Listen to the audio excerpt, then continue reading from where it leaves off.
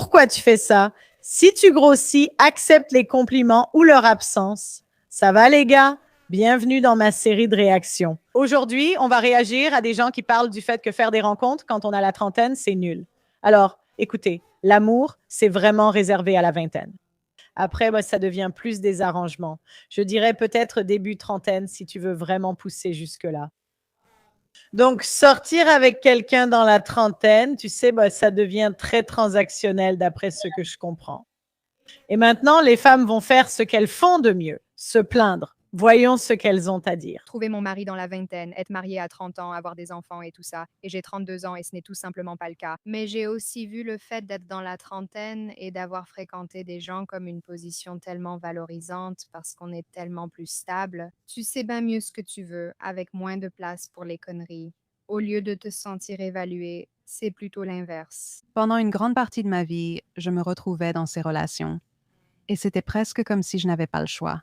Pour rebondir sur ce que tu dis, être dans la trentaine, installée, forte de mon expérience, de ma longue sobriété et d'une grande conscience de moi-même. Qu'est-ce que ces femmes font à leur peau? Vous trouvez ça joli quand c'est tout brillant comme ça? Qui je suis et tout ça. Je suis armée de toutes ces informations. Ce n'est plus une question de savoir si je suis assez bien pour cette personne. C'est plutôt, est-ce que c'est ce que je veux? Comment je fais? Tu sais, ils pensent juste à avec qui vais-je me reproduire? Voyons voir. Salut! Wow! Tu as exactement la même quantité de cheveux que sur ta photo de profil. Tu n'as pas idée à quel point c'est rafraîchissant. Désolée. Oui. Avant qu'on commande à boire, est-ce que je peux juste te poser quelques bases sur la table pour qu'on ne perde pas notre temps précieux alors qu'on pourrait répondre à nos emails en attente? Donc, je cherche un mari et quelqu'un avec qui avoir des enfants. Je sais. Je ne dis pas tout de suite, tu n'as pas à me mettre enceinte sur ces menus. C'est juste ce que je recherche en ce moment. Donc, si l'engagement, c'est comme le croque-mitaine pour toi, je comprends tout à fait, mais tu sais, bouh. Aussi, je n'ai jamais atteint l'orgasme uniquement avec une aubergine dans mon jardin secret. C'est important que tu le saches. En plusieurs années d'activité sexuelle, ça n'est jamais arrivé. Pas une seule fois. J'apprécie que tu ne centres pas tout sur le fait de vouloir changer ça. Si ça remet en cause ta virilité, je ne suis sûrement pas faite pour toi. Je ne vais pas faire semblant 10 ans de plus, tu comprends. Je suis féministe sans surprise. Je ne dis pas que tu dois l'être. Les étiquettes sont parfois étranges. Je préfère que tu ne penses pas que tout homme ayant vu Barbie de son plein gré soit forcément gay. Cela dit, ma meilleure amie est en alerte et elle viendra me sauver immédiatement si jamais tu dis quelque chose qui ressemble de près ou de loin à une citation d'Andrew Tate. C'est juste pour ma sécurité. Je cherche quelqu'un qui me voit comme une partenaire, pas comme une pom-pom girl. Les cheveux blonds trompent parfois. Tu veux en savoir plus sur Ross Bloomberg? Chris, j'adore ça pour toi. Tu es très attirant, c'est pourquoi tu es ici. Je suis sûre que tu trouveras plein d'options au centre commercial. Chris, on est sur la même longueur d'onde? On prend un verre? Oui, tu sais comment les femmes étaient si... Ceux qui révèlent directement leurs intentions ne sont pas très malins, tu ne trouves pas? Les autres peuvent alors facilement jouer le rôle attendu. Donc les femmes plus âgées, elles comprennent. Crois-moi, je sais. Je connais beaucoup de gourous de la drague à cause de mon métier. Ces gars se disent, je vais prétendre chercher la même chose pour coucher avec elle. Je sors boire un verre. Un homme d'une cinquantaine d'années me drague, mais je ne suis pas intéressée. J'ai 32 ans, mais discuter autour d'un verre de vin me suffit. Je peux papoter, tu vois? Alors il continue en me disant que j'ai un si beau visage. Si tu es une fille ronde, tu sais, c'est notre commentaire préféré parce que Dieu nous en préserve, tu pourrais juste dire que je suis belle. Mais non, c'est toujours, tu as un beau visage. Peu importe. Je réponds à l'appel et dis merci beaucoup. D'accord. Mais pourquoi, tu sais, il ne peut pas parler de ton corps? Pourquoi?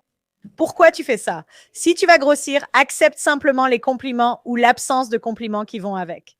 Ne te plains pas de ta situation quand c'est toi qui manges tous les jours. Est-ce qu'il y a quelque chose sur lequel tu travailles, sur toi-même, pour trouver un mari?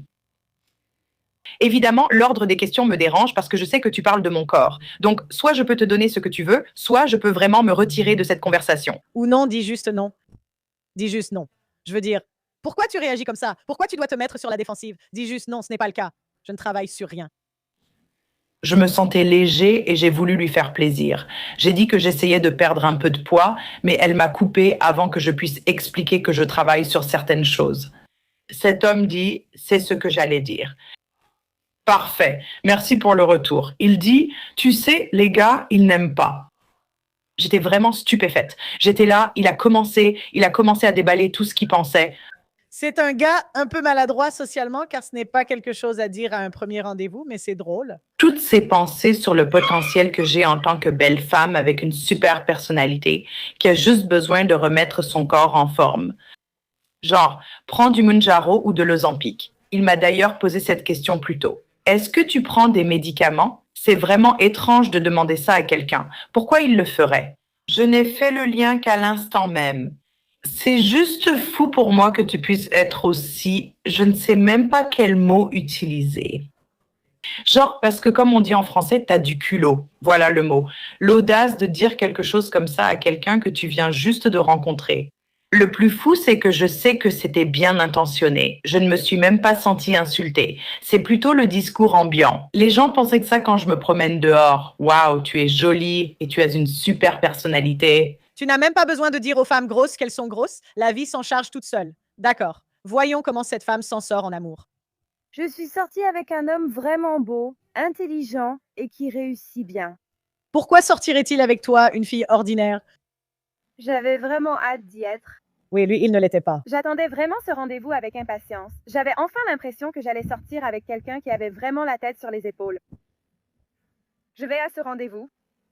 Cet homme a parlé de son ex-femme et de son ex-petite amie d'il y a 1 mois. Tellement. La moitié du rendez-vous.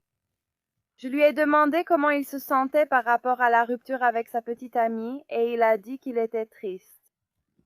Je ne sais pas, j'ai juste l'impression que ce n'est pas quelque chose qu'on devrait dire lors d'un premier rendez-vous avec quelqu'un d'autre. Plus tard, je pensais qu'on en avait fini d'en parler. Et puis tout a recommencé et il a commencé à me raconter tous les problèmes de fertilité de son ex-femme et comment il a subi une vasectomie après qu'elle l'ait quitté. Et puis, la dernière fille avec qui il est sorti, il est resté avec elle pendant 4 mois. Ils avaient une relation saine et merveilleuse, où il lui a montré qu'elle voulait être avec quelqu'un avec qui elle pourrait fonder une famille. Et il a sérieusement envisagé de faire inverser sa vasectomie. Pourquoi est-ce que je sais tout ça? C'est normal comme conversation pour un premier rendez-vous? Ça me paraît bizarre. Je ne sais pas. Je ne sais pas vraiment comment m'y prendre, niveau rendez-vous, mais ça ne me paraît pas normal. La morale de l'histoire.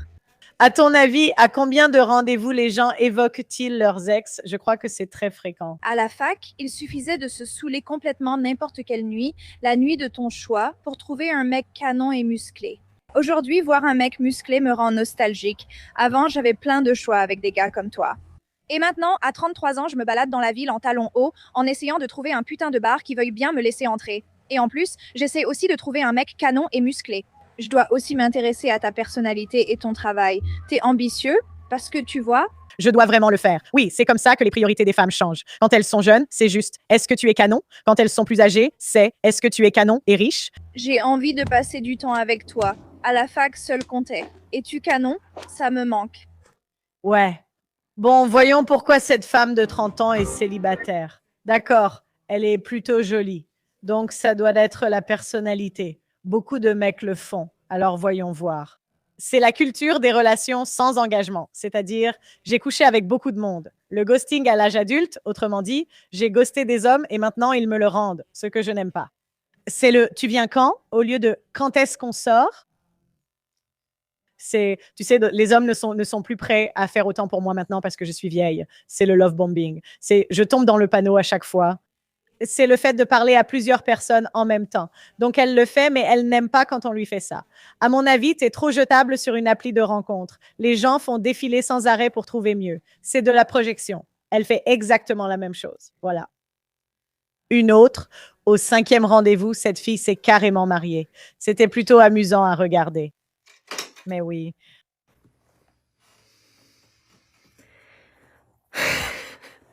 Pourquoi n'a-t-elle pas épousé ce gars? J'ai déjà vu cette fille dans mon fil d'actualité. Sans l'ombre d'un doute, c'est mon mari.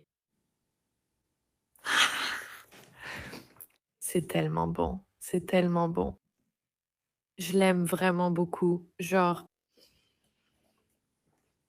Ah, Il était un Tchad de petite taille, mais ça restait un Tchad. son caractère, sa gentillesse, à quel point il est doux. Il est juste...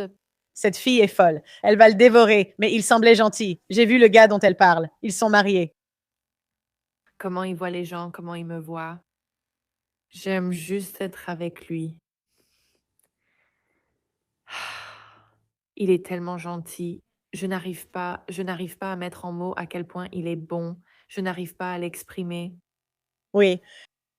Il est aussi... Tout ce que font les femmes est performatif. Donc, on ne sait pas vraiment ce qu'elles ressentent. Je suis juste tellement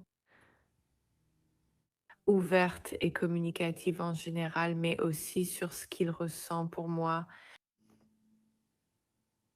Et je n'ai jamais eu quelque chose d'aussi profond, fondé sur l'amour de Dieu et notre vision du monde. Et